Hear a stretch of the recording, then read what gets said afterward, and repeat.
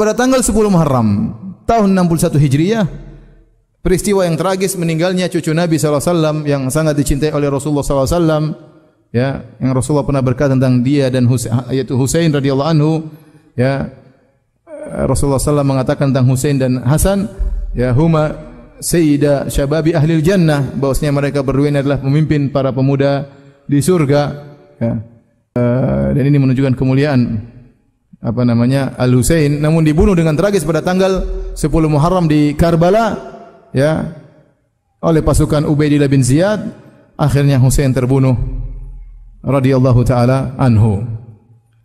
Dan akhirnya ada sekelompok orang, sekelompok manusia yang dikenal dengan Syiah atau Rafidhah, yang mereka merayakan 10 Muharram dengan cara yang lain, yaitu dengan memukul-mukulkan pedang kepada tubuh mereka, menghantamkan rantai kepada tubuh mereka sehingga berlumuran darah, ya. Kalau ditanya kenapa kami merayakan kematian siapa? Al-Husain. Bagaimana yang dirasakan oleh Husain dan keluarganya tatkala itu, penderitaan yang mereka rasakan, maka kami ingin merasakan sebagian penderitaan mereka. Sebagian mereka ada yang tidak mau minum karena mereka mengatakan Husain meninggal dalam kondisi kehausan. Kita ingin tahu bagaimana rasanya kehausan tatkala badan berlumuran darah dalam kondisi haus, sehingga mereka melakukan hal demikian. Bahkan mereka sudah melatih anak-anak mereka sejak kecil, sudah diajarin demikian, sehingga diambil pisau atau pedang sedikit-sedikit di kepala sang anak agar darah kemudian dilumur-lumurkan, ya. Ini itu mereka lakukan.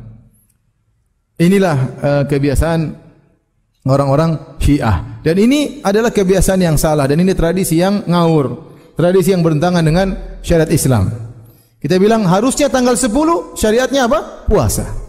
Harusnya puasa sunnah. Bukan melukai diri, bukan menyiksa diri pada hari tersebut.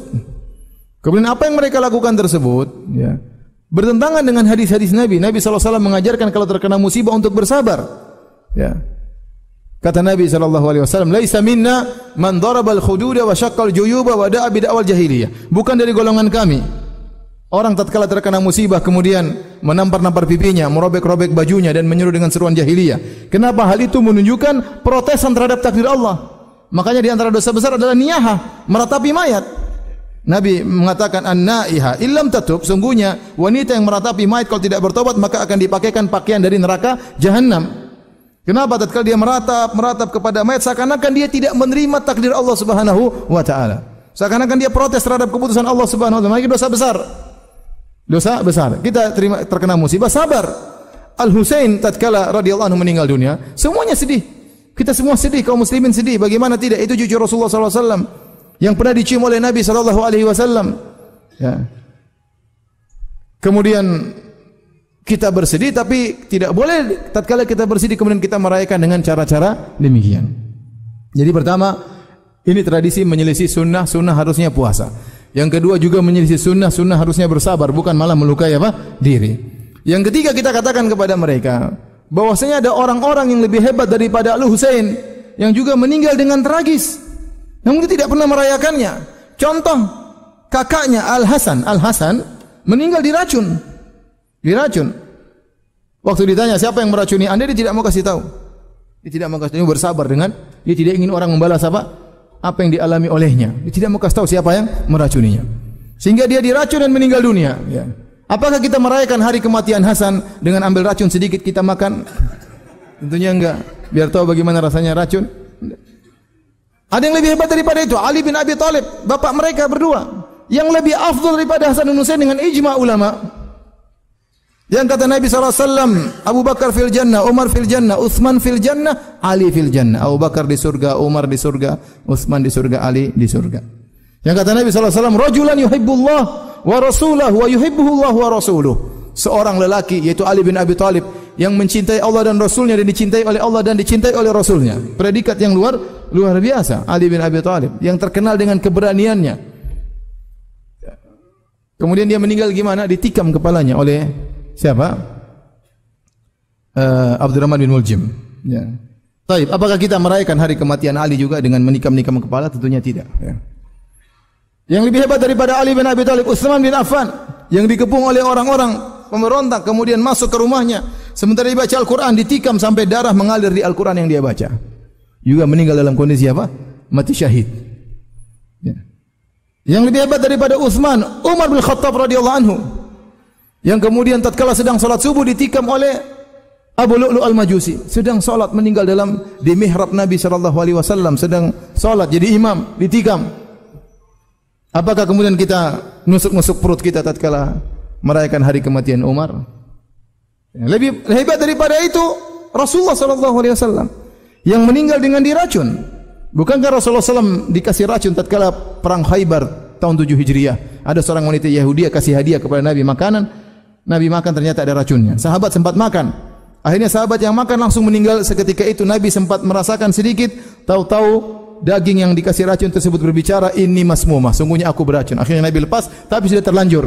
Dan racun tersebut terus menggerogoti Nabi SAW, dan Nabi terkadang merasakan sakitnya, sampai puncaknya Nabi mengatakan uratku sudah putus tatkala Nabi akan meninggal dunia.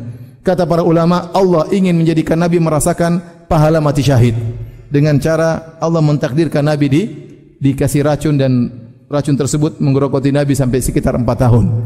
Kemudian Nabi SAW meninggal. Dan ini adalah puncak kesedihan kaum muslimin. Namun kita tidak pernah merayakan hari kematian Nabi SAW.